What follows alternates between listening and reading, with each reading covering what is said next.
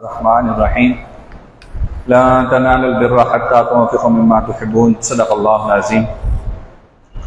اللہ تبارک و تعالیٰ ارشاد فرما رہا ہے، بے شک تم نیکیوں تک نہیں پہنچ سکتے جب تک کہ تم اپنے مال کو اللہ کی راہ میں خیرات نہ کر دو۔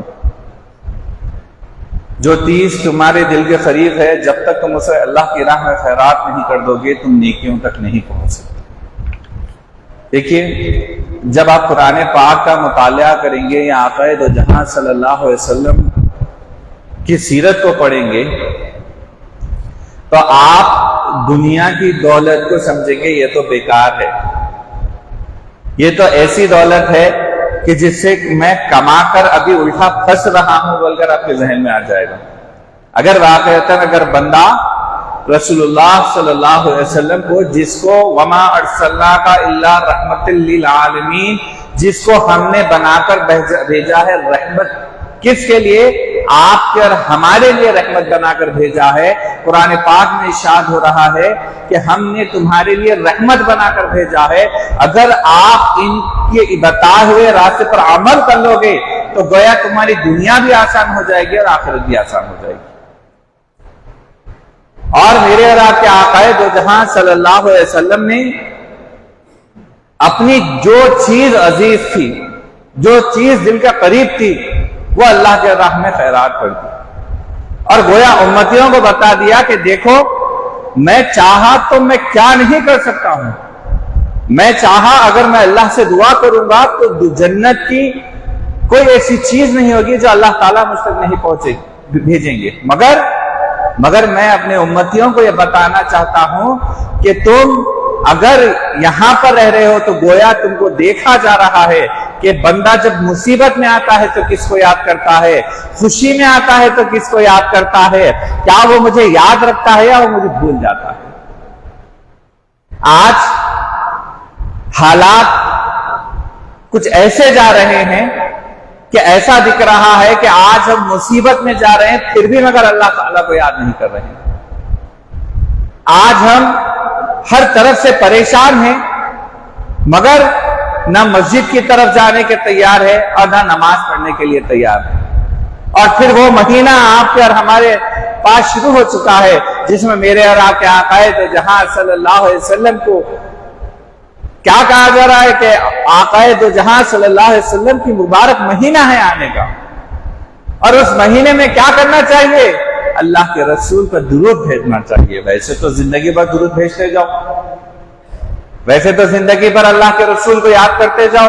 یاد رکھو اللہ تعالیٰ نے کیا فرمایا؟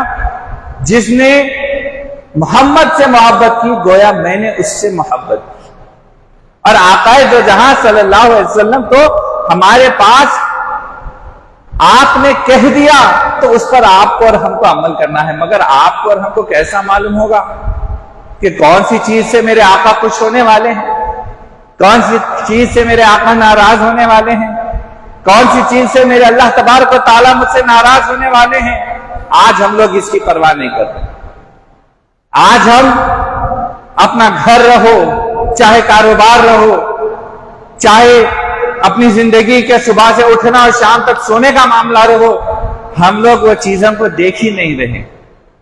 نہ ہم قرآن کی تلاوت کر رہے ہیں، نہ تو آقا دو جہاں صلی اللہ علیہ وسلم کی سیرت کو پڑھ رہے ہیں، وہ آقا دو جہاں صلی اللہ علیہ وسلم جس کے بارے میں یہ کہا گیا لب چمٹ جاتے ہیں نام محمد سے جناب، پیارے کا نام آتا ہے تو پیار آتا ہے۔ کیا ہے؟ دیکھیے، اب اگر آپ کو کوئی ایک نام سے پکارا جا رہا ہے کہ آؤ رحمت، آؤ فلاں زاہد، آؤ فلاں شخص، آؤ فلاں، وہ پکارے تو نارمل سا نام نظر آتا ہے، مگر وہی جب آپ محمد رضی الدین بول کر بولتے ہیں، وہی آپ محمد جاوید بول کر بولتے ہیں، نام میں ایک وزن آ جاتا ہے، بولنے والے کا بھی اثر بدل جاتا ہے، سننے والے کا بھی اثر ہو جاتا ہے۔ یہ کیوں ہوتا ہے؟ جب آپ کے نام کو جب اپنے نام کے ساتھ جوڑ دیے تو نام کا اثر بھی بدل جاتا ہے۔ آج غالباً میں کچھ دیکھ رہا تھا تو اس دوران مجھے ایک ویڈیو نظر آئی جس میں پوچھا جا رہا کیا ہمارے بچے کا نام ہم نہ طوفان رکھ سکتے، تو مفتی صاحب کہہ رہے ہیں طوفان کہیں تو زلزلہ رکھ دو، زلزلہ طوفان۔ ارے بھائی نام بھی رکھنا ہے تو ایسے رکھو جو اللہ کے رسول کے نام رکھے گئے تھے۔ احمد ہے، بہت سے آپ کے نام بیان کیے گئے ہیں، اللہ تبارک و تعالیٰ کے کتنے کے نام بیان کیے گئے ہیں، وہ سب کو چھوڑ دیا اور آپ اور ہم کس کو پکڑ لیے؟ دنیاوی ناموں کو پکڑ لیے۔ آج یہ موضوع کیوں ہو رہا؟ آج جو حالات چل رہے ہیں یہی تو چل رہے ہیں نا۔ آج کیا ہو رہا؟ ہر طرف ایک چیز چل رہی، کیا بولے تو نامہ پرانے ہو گئے، آج کل یہ وہ ہو گیا، یہ ایسا ہو گیا، یہ نام کی وجہ سے اثر ہو رہا۔ حیرت ہوئی سن کر کہ غالباً کچھ دن پہلے میرے سے گفتگو ہوئی، ایک صاحب نے یہ بات کہی کہ بھائی فلاں شخص صاحب میں نام پوچھنا چاہتا ہوں، میرے گھر میں لڑکا ہوا، تو شخص میرے کو کیا بول رہے ہیں فون پہ کہ آپ میرے کو آج کے دور کا نام بتائیے۔ ارے بھائی آج کے دور کا نام بتایا تو اثر کیا آئے گا؟ اثر بھی وہ چیز میں آئے گا جیسے صحابہ تھے۔ اگر تم صحابہ کا نام لوگے تو وہ صحابہ ایسے صحابہ تھے جب اللہ کے سامنے کھڑے ہو جاتے پوری دنیا کو چھوڑ دیتے، پوری دولت کو چھوڑ دیتے، اپنے عیش و آرام کو چھوڑ دیتے، اپنی مصیبتوں کو چھوڑ دیتے، اپنے درد اور تکلیفوں کو چھوڑ دیتے۔ صحابہ ایسے نہیں تھے کہ مجھے طبیعت خراب ہو گئی کہ میں نے چھوڑ دیا، آج میں بیمار ہوں میں نے چھوڑ دیا، آج میں پیر میں درد ہے میں باہر نہیں نکل سکتا ہوں۔ آج کے جو ماحول بن گیا ہے کہ اپنے آپ کو ایسا بتا رہے کہ جب کوئی موقع آتا ہے نماز کا تو یہ کہتے ہیں، مگر جب موقع آتا ہے دعوت کا تو دو کو کہتے ہیں ہاں کانوں میں ہاتھا ڈال دو اور مجھے مسجد کو لے کے چلو۔ بتاؤ آپ کیسا اثر آئے گا؟ تو مجھے حیرت اس بات کی ہوئی کہ میں نے کہا کہ جاؤ ایک کام کرو، صحابہ کے نام کو دیکھو، اللہ کے رسول کے نام کو دیکھو۔ ارے بھائی یہ موقع ہے، آج بھی سنبھل جاؤ، اگر آج نہیں سنبھلو گے تو یاد رکھو آئندہ تمہیں سنبھالنے والا کوئی باقی نہیں رہے گا۔ تو وہ کہتے کہ نہیں میرے کو نام سمجھ میں نہیں آیا، میں ایک بار گفتگو کر کے میں آپ کو فون کرتا ہوں۔ میں بولا ٹھیک ہے مرضی آپ کی، جیسا آپ کو بہتر دکھے۔ پھر جہاں آج اب ہم پیپر کھولتے ہیں تو پیپر تو بس ایک ہی دشا بتاتے جاتا ہے، کیا بتا رہا؟ کبھی ادھر قتل ہو رہا ہے، کبھی ادھر قتل ہو رہا ہے۔ کس نے کیا؟ لکھنے والے بھی لکھ رہے ہیں فلاں محمد اظہر نے کیا ہے، فلاں محمد اس نے کیا ہے، فلاں محمد اس نے کیا ہے۔ دیکھو بھائی ہم اللہ کے رسول کے نام کو کہاں لے کے جانا تھا اور کہاں چھپا کر بیٹھے۔ مسجد وہ جگہ ہے، آج یہ مسجد ہے جہاں سے آپ کو اور ہم کو سننا ہے اور بتانا ہے، کیونکہ میرے آقا نے مسجد نبوی کو ہی اپنی اصل جگہ بنایا تھا۔ وہیں پر آپ لوگ بات چیت کرتے تھے، وہیں پر آپ لوگ ڈسکشن کرتے تھے، وہیں پر پورے صحابہ جمع ہوتے تھے، وہیں پر قرآن کی تلاوت کرتے تھے، وہیں پر پورے بیٹھ کر کوئی بات کو طے کرتے تھے، وہیں جم کر معاملے کو طے کرتے تھے، وہیں ہر معاملے کو طے کیا جاتا تھا۔ تو آج ہم مسجد کے کیوں نہ بولیں کہ ہاں تم قتل کر رہے ہو تو قتل غلط چیز ہے، میرے آقا کو قبول نہیں ہے، میرے اللہ تبارک و تعالیٰ کو قبول نہیں ہے۔ یاد رکھو قتل کی سزا تو قتل ہے، اگر تمہارے دل میں خوف آ جائے گا تو تم خود بخود قتل کو کرنا چھوڑ دو گے۔ جب کہا گیا ایک مولانا سے پوچھا گیا کہ کیا بات ہے آج لوگ کون سی طرف جا رہے ہیں، پورے کئی کو ایسا کر لے رہے ہیں، اس کی وجہ کیا ہے؟ کہ بھائی اللہ رسول چھوڑ دیے، خالی ایک ربیع الاول کا مہینہ آ گیا تو ہم کیا کر رہے ہیں؟ ٹوپی میں آ جا رہے ہیں، جمعے کا دن آ گیا تو ٹوپی میں آ جا رہے ہیں، اور ربیع الاول کا کوئی خاص تاریخ آ گئی تو اس میں ہم لوگ کیا کر دے رہے ہیں؟ اپنے آپ کو کرتے پیجامے اور ٹوپی میں لا لے رہے ہیں۔ مگر کیا ایسا معاملہ ہے کہ پھر یہ لوگ پورے ہو کر دنیا کی طرف چلے جا رہے ہیں؟ نہ تو حرام حلال کی تمیز ہے، نہ تو بڑے چھوٹوں کی تمیز ہے، نہ تو بھائی بھائی میں تمیز ہے، نہ تو بھائی بہن میں تمیز ہے، نہ تو ماں باپ اور بچوں میں تمیز ہے، نہ بڑوں میں رحم ہے، نہ چھوٹوں پر کرم ہے۔ کوئی معاملہ نظر نہیں آ رہا، کیا وجہ ہو سکتی؟ تو مولانا نے کیا خوب بات کہی کہ کہا کہ دیکھو اس دل میں اگر اللہ کا خوف ختم ہو جائے نا تو یہ سب معاملہ ہونے والا ہے۔ جب بندے کے دل میں اللہ تبارک و تعالیٰ کا خوف آ جائے گا، جیسے کس کو تھا؟ میرے اور آپ کے آقا دو جہاں صلی اللہ علیہ وسلم کو تھا، دن میں 40 سے 70 مرتبہ توبہ کیا کرتے تھے۔ کیا کوئی تصور بھی کر سکتا ہے کیا میرے آقا سے کوئی غلطی ہو سکتی ہے؟ بولے کیا آج کوئی تصور کر سکتا؟ آج کوئی بول سکتا کہ اس بات کو؟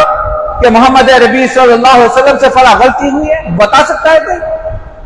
وہ محمد رسول اللہ صلی اللہ علیہ وسلم جس کے صدقے میں کائنات بنی، جس کے صدقے میں آپ کی اور ہماری بخشش ہونے والی ہے، جب آخری وقت روز محشر میں ہاتھ کو اٹھائیں گے تو کیا کہیں گے؟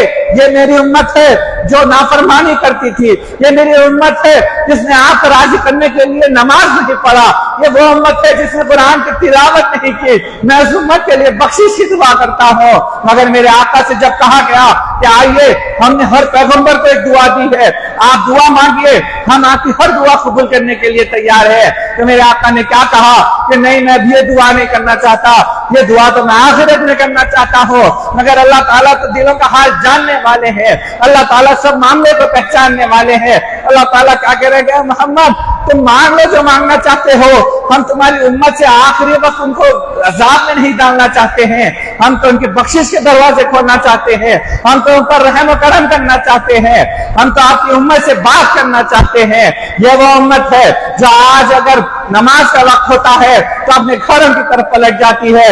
یہ وہ امت ہے جب قرآن پڑھنے کا معاملہ آتا ہے تو یہ کہتی ہے کہ مجھے قرآن پڑھنا نہیں سکھایا۔ ارے بھائی، آج بھی اپنے پاس موقع ہے، آج بھی اپنے پاس وقت ہے، قرآن پڑھنا شروع کرو، قرآن کو سمجھنا شروع کرو، اٹک اٹک کر پڑھو۔ یاد رکھو، اگر کوئی شخص قرآن پڑھتے پڑھتے دنیا سے جائے گا تو فرشتوں کو مقرر کر دیا جائے گا کہ حفظ کو مکمل کیا جائے گا۔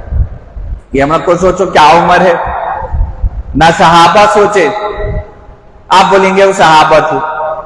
آج ہم کچھ بھی سمجھا رہے ہیں ینگ جنریشن کو، آج ہم کالج کے بچوں کو کچھ بھی مثال دے رہے ہیں یا کچھ بھی صحابہ کی سیرت سنا رہے ہیں تو انہوں بولتے ہو صحابہ تھے، یہ ہم انسان ہیں، ہم کیا ہے، ہم تو وہ ہے، ارے بھائی ہم تو وہ ہے، صحابہ کا کام مقام تھا، ہمارا کیا ہے، انہوں کر لیے ہوں گے، ہم کیسا کریں گے۔ ارے بھائی یاد رکھو، آپ بھی وہی کلمہ پڑھنے والے ہیں، آپ بھی لا الہ الا اللہ محمد رسول اللہ پڑھنے والے ہیں، آپ کو بھی روز محشر میں کھڑا ہونا ہے، آپ کو بھی سوال کا جواب دینا ہے۔ آپ جب یہ نہیں کہہ سکتے کہ دیکھو وہ صحابہ تھے، انہوں نے عمل کیا، ہم نے نہیں کیا، کیا کرو؟ قرآن کو سیکھنا شروع کر دو، شرماؤ نہ کو۔ بڑے بڑے ہو کے ایک عمر ہو گئی، ناچ نہ رہا تو نہیں شرما رہے، دوسرے کاموں میں نہیں شرما رہے، مگر جہاں قرآن سیکھو بولے وہاں پریشان ہو جاتے، ارے بھائی میں جا کے قرآن سیکھوں گا تو پورے جنے پریشان ہوں گے، میرا مذاق اڑائیں گے۔ ارے اڑانے تو بھائی مذاق، یہاں جتنا اڑاتے اڑا لیں گے، آخرت میں تمہارا مقام کیا ہونے والا ہے دیکھو۔ اور آج آپ کو اور ہم کو اللہ کے رسول کے ایک عمل کو اپنانا ہے، صحابہ کے ایک عمل کو اپنانا ہے۔ کون سا؟ وقت کے دور کے لحاظ سے چلنا ہے، پوری چیز کی آپ کو اور ہم کو معلومات رکھنا ضروری ہے۔ کیوں؟ آقا دو جہاں صلی اللہ علیہ وسلم جب موقع ملا تو صحابہ سے یہ بھی کہا کہ دیکھو تم فلاں جگہ کے تم وزیر ہو، فلاں جگہ کے تم خلیفہ ہو، تو تمہیں وقت اور دور کے لحاظ سے معلومات کرنی چاہیے کہ تمہارے پاس کیا معاملہ چل رہا ہے، تمہیں آگے بڑھنا چاہیے، تمہیں دیکھنا چاہیے، تمہیں سمجھ کر علماء کرام سے ملنا چاہیے۔ اگر مسئلہ دین کا آتا ہے، اگر مسئلہ کوئی بات کا آتا ہے تو علماء سے ربط ہونا چاہیے، نہیں اگر مسئلہ کوئی اور چیز کا پیدا ہوتا ہے تو آپ جس کو مل چکے ہیں ان سے جا کر ملیں اور اپنی اپنی رائے رکھیں اور اپنے آپ کو آگے بڑھائیں۔ کیونکہ جب میں نے اپنی تقریر کو شروع کیا تو میں نے قرآن پاک کی اس آیت کو پڑھا جس میں اللہ تبارک و تعالیٰ ارشاد فرما رہے ہیں لَن تَنَالُوا الْبِرَّ حَتَّىٰ تُنْفِقُوا مِمَّا تُحِبُّونَ، جس میں اللہ تبارک و تعالیٰ ارشاد کر رہے ہیں کیا کہ تم لوگ نیکی کو نہیں پہنچ سکتے جب تک کہ تم نے اپنے مال کو خیرات نہیں کر دیا، یعنی اللہ کی راہ میں خرچ نہیں کر دیا۔ یہ بتانے کا مقصد یہ ہے کہ آج آپ اور ہم کو وقت ایڈ کو جاننا ضروری ہے، آج آپ کو ہم کو وقت ایڈ کے بارے میں پڑھنا ضروری ہے۔ فون پہ 2 منٹ دیکھ لے رہی، فون پہ 2 منٹ معلوم کر لے رہی، فون کا بھروسہ ہی نہیں ہے بھائی۔ میں تو کہتا ہوں چاہے مسئلہ رہو، چاہے کوئی بھی معاملہ رہو، اگر آپ فلاں شخص کو جانتے تو چلو ٹھیک ہے، اس بات کا اعتبار کیا جا سکتا ہے، مگر کوئی اور کہہ رہے ہیں کہ جس کو آپ نہیں جانتے، آپ سن رہے ہیں، مسئلہ سن رہے ہیں، ان کے پورے چیزیں معلومات کر کے عمل کر لے رہے ہیں، تو میرا ماننا ہے کہ جاؤ اپنے قریبی علماء سے ملو، قریبی اپنے جو امیر ہیں ان سے مل کے اس بات کی دریافت کرو کہ یہ کیا معاملہ ہے، کہ کیوں ایسا، کیا معاملہ ہے، اس میں کیا کرنا چاہیے۔ لکھا گیا کہ وقف ایکٹ کے بارے میں آج آپ کو اور ہم کو سننا ہے اور جا کے اپنے اپنے گھر، خاندان، دوست احباب گپے مارنے جیسا بیٹھتے، جیسے چبوتروں پہ بیٹھتے، جیسے چائے پینے بیٹھتے، کچھ بھی نہ رہا تو فون کر کے بولتے خالی ہے گھر پہ آ جاؤ بولتے، تو ویسے ہی سب کو بلا کے بولنا ہے کہ دیکھو آج آپ کو اور ہم کو سب کو یہ چیز جاننا ضروری ہے، ورنہ آگے جا کے جو آپ کو اور ہم کو سہنا پڑے گا اس کو میں آج بیان نہیں کر سکتا۔ کیا ہے وقف ایکٹ کے بارے میں؟ سب سے پہلے تو یہ جان لو کہ اللہ کے رسول صلی اللہ علیہ وسلم کے بارے میں لکھا جاتا ہے کہ آپ نے فرمایا کہ 3 ایسے عمل ہیں جو مرنے کے بعد انسان سے پوچھے جائیں گے، جس کی عمل کی اہمیت رہے گی، یعنی وہ اس دنیا سے جب چلا جائے گا تو اس کے بعد بھی 3 ایسے عمل رہیں گے جو اس کے لیے اجر کا ذریعہ بنتے جائیں گے۔ کون سا عمل ہے؟ پہلا عمل فرمایا صدقہ جاریہ کے بارے میں کہا گیا۔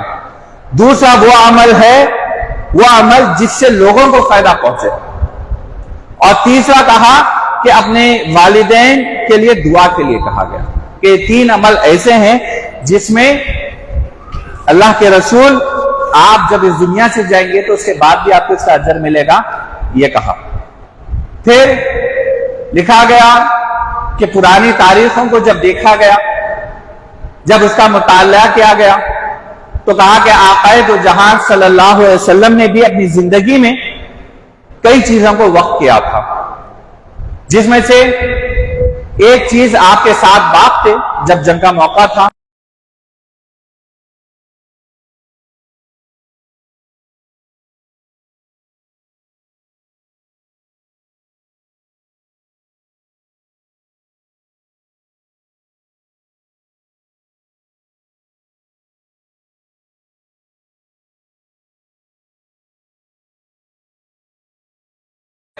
تو کہا کہ میرے اور آپ کے آقا جہاں صلی اللہ علیہ وسلم نے اپنی زندگی میں سب سے پہلے 7 باغ تھے کھجور کے جو آپ نے وقف کیے، اور یاد رکھیں صدقہ اور وقف میں فرق بتایا گیا۔ صدقے کا مطلب یہ ہے کہ اگر آپ کوئی چیز کسی کو صدقہ دے رہے ہیں تو وہ شخص جو دے رہا ہے اس کا مالک بن جائے گا، مگر وقف کے معنی یہ بتائے گئے ہیں کہ جب بندہ کوئی چیز وقف کرتا ہے تو گویا وہ اللہ تبارک و تعالیٰ اس کے حاکم بن جاتے ہیں، وہ اللہ تعالیٰ کے حوالے کر دیتا ہے۔ ہاں وہ الگ چیز ہے اگر آپ یہاں پر یہ کہتے ہیں کہ میں یہ چیز فلاں گھر وقف کرتا ہوں اور اس سے جو آمدنی کا ذریعہ بنتا ہے کہ فلاں بیواؤں کو راشن پہنچ جائے، فلاں مدرسے کو تنخواہوں کا معاملہ ہو جائے، فلاں بچوں کے کھانے کا انتظام ہو جائے، تو یہ آپ ایک شرائط لگا کر وقف کر سکتے ہیں، مگر گویا صدقہ اور وقف میں فرق ہے۔ اور لکھا جاتا ہے کہ حضرت عمر فاروق رضی اللہ تعالیٰ عنہ آپ نے بھی وقف کیا۔ حضرت عثمان غنی رضی اللہ تعالیٰ عنہ کے بارے میں کیا لکھا گیا کہ آپ نے تو مسلمانوں کے لیے جب پانی کا معاملہ پیش آیا تھا تو آپ نے کیا کیا؟ پہلے آدھا کنواں خریدا، اور یہ شرط لگائی گئی کہ پہلا کیا کرے گا؟ کافر کیا کرے گا؟ وہ کیا کرے گا؟ پہلے وہ لوگ لے لیں گے اور پھر مسلمان ایک دن پانی لیں گے۔ پھر ایسا ایک موقع آیا کہ آپ نے پورے کنویں کو خرید لیا حضرت عثمان غنی رضی اللہ تعالیٰ عنہ نے۔ پھر اس کے بعد آپ نے کیا کیا؟ کہا کہ یہ میں جو پانی ہے یہ وقف کرتا ہوں، گویا جو بھی ہو چاہے وہ اللہ تبارک و تعالیٰ کو مانتا ہو یا نہ مانتا ہو، کیونکہ میرے آقا نے مجھے اس بات کی تربیت کی ہے کہ یاد رکھو جب کبھی تمہیں موقع ملے ہر کسی کی مدد کرو، یہ مت سوچو کہ وہ کون سے مذہب کا ہے، وہ کون سے دین کا ہے، وہ کس کو ماننے والا ہے، تم تمہارا عمل بتاتے جاؤ۔ یاد رکھو دین اسلام کے لوگ کیسا آئے تھے، عمل کا دیکھ کے آئے تھے۔ ارے بھائی مسلمانوں کا کیا عمل ہے تو ہم مسلمان بننے کے لیے تیار ہیں، اور آج ہمارے عمل کو دیکھ کے کہہ رہے ہیں کہ اگر مسلمان ایسے ہوتے ہیں تو ہم مسلمان نہیں کرنا چاہ رہے ہیں، ہم ہمارے اچھے ہیں۔ بات بولنے کو تو بڑی دکھتی ہے، زیادہ نہیں، صحابہ کے جیسا ایک بار جاؤ اپنے دلوں کا مظاہرہ کر لو، جاؤ حضرت عمر فاروق رضی اللہ تعالیٰ عنہ جیسا رات کو کر کے آپ اپنا پورا مظاہرہ کرتے تھے، کیا میں نے دن بھر میں کون سا کام کیا ہے، کیا دن بھر میں نے اللہ کو راضی کیا ہے، کیا میں نے اللہ کے رسول کو راضی کیا ہے۔ ایک بار اپنے آپ کا مظاہرہ پورا کر لو،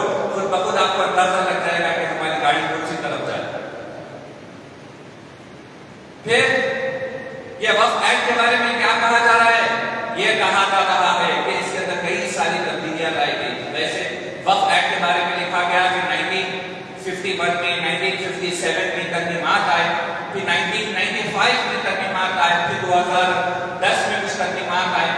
تو گویا وہ پوری تفصیلات آپ کے سامنے دے رکھتے ہوئے میں کچھ پوائنٹس ہیں یہ جاننا ضروری ہے اور اس کو غور سے سنو اور دوسروں تک پہنچاؤ، اور پھر آپ کو ہم کو کیا عمل کرنا ہے وہ بھی آپ.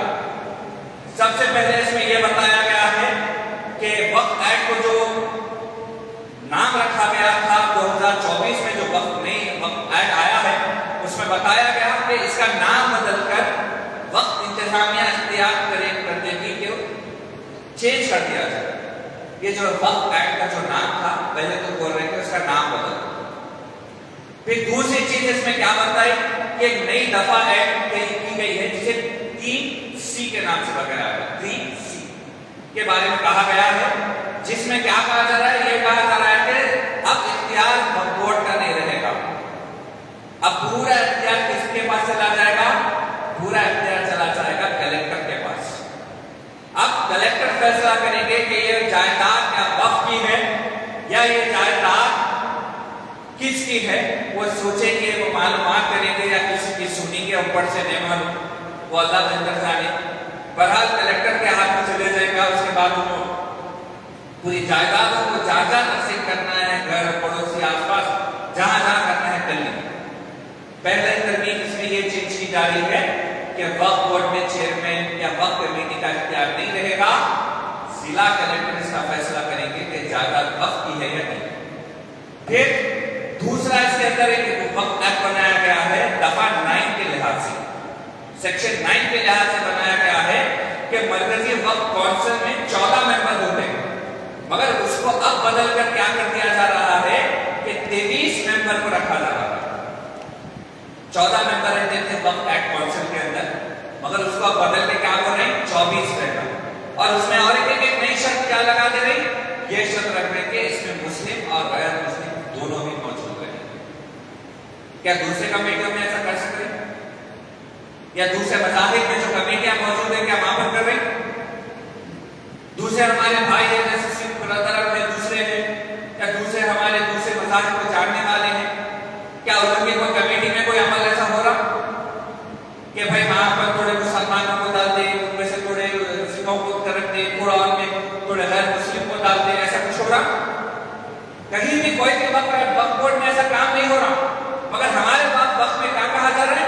یہ کہا جا رہا ہے کہ بھائی اب 14 سے ہٹا کر اس کو کر دیں گے کتنے؟ 23 کر دیں گے اور اس میں غیر مسلم کو بھی شریک کیا گیا. پھر اس کے بعد ایک اور ایکٹ اس میں کر دیا گیا ہے کہ کیا کہا جا رہا ہے کہ اس میں کہا گیا کہ دفعہ 14 کے تحت اس میں کیا کہا کہ 11 ممبر بھی رہا کرتے تھے جس کے اندر کمیٹی کے سیکشن سے یاد رکھیں ایک سیکشن رہتا ہے، بورڈ رہتا ہے، کونسل رہتا ہے جو زیادہ ممبران کا رہتا ہے. اس کے بعد کیا کرتے ہیں کچھ خاص لوگوں کو لے کے چھوٹا 11 ممبر کا بورڈ یا 7 ممبر کا ایک بورڈ بناتے ہیں. تو اس کے اندر کیا کہا جا رہا ہے کہ اس کے اندر بھی کیا کیا جائے؟ 2 غیر مسلم ممبروں کو رکھا جائے. کیا ضرورت پڑ رہی؟ ہمارے لوگ ہیں نا، کام دیکھتے ہیں سب سکون سے چل رہا الحمدللہ، مگر پھر بھی یہ جاننا ہے کہ 2 غیر مسلم کو رکھنا ضروری ہے. پھر تیسرا کیا کہا جا رہا ہے؟ اس میں کہا جائے دفعہ 1 اور 23 نمبر کا ایک سیکشن ایڈ کیا گیا جس میں یہ کہا جا رہا ہے کہ چیف ایگزیکٹو ایک آفیسر رہتے ہیں ہر بورڈ میں.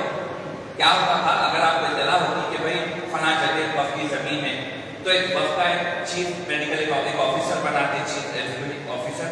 انہوں کیا کرتے کہ جاتے سروے کرتے کہ بھائی کیا یہ واقعہ وقف کی زمین ہے، کیا اس کے وقف کے پیپر موجود ہے، برحال وہ پوری کارروائی ان کی ذمہ دی جاتی. تو اب یہ کہا جا رہا ہے کہ وہ چیف میڈیکل آفیسر نہیں رہیں گے، اب ان کو بھی ہٹا دیا جا رہا ہے. اور یہاں پر یہ کہا جا رہا ہے کہ اب ایک ہم ٹیم بنائیں گے، وہ ٹیم رہے گی جو وقت کی جو گورنمنٹ رہے گی وہ سلیکٹ کرے گی اور ان کے ہاتھ میں اختیار دے دیا جائے گا کہ وہ بتائیں کہ یہ زمین وقف کی تھی یا نہیں. اور ایک ترمیمات اس میں یہ کر دیے جا رہے ہیں وقف بورڈ کے اندر، وقف ایکٹ کے اندر یہ بھی لایا جا رہا ہے کہ پہلے ہو یا ابھی بھی ہو جو بھی اپنے زمینہ وقف کرے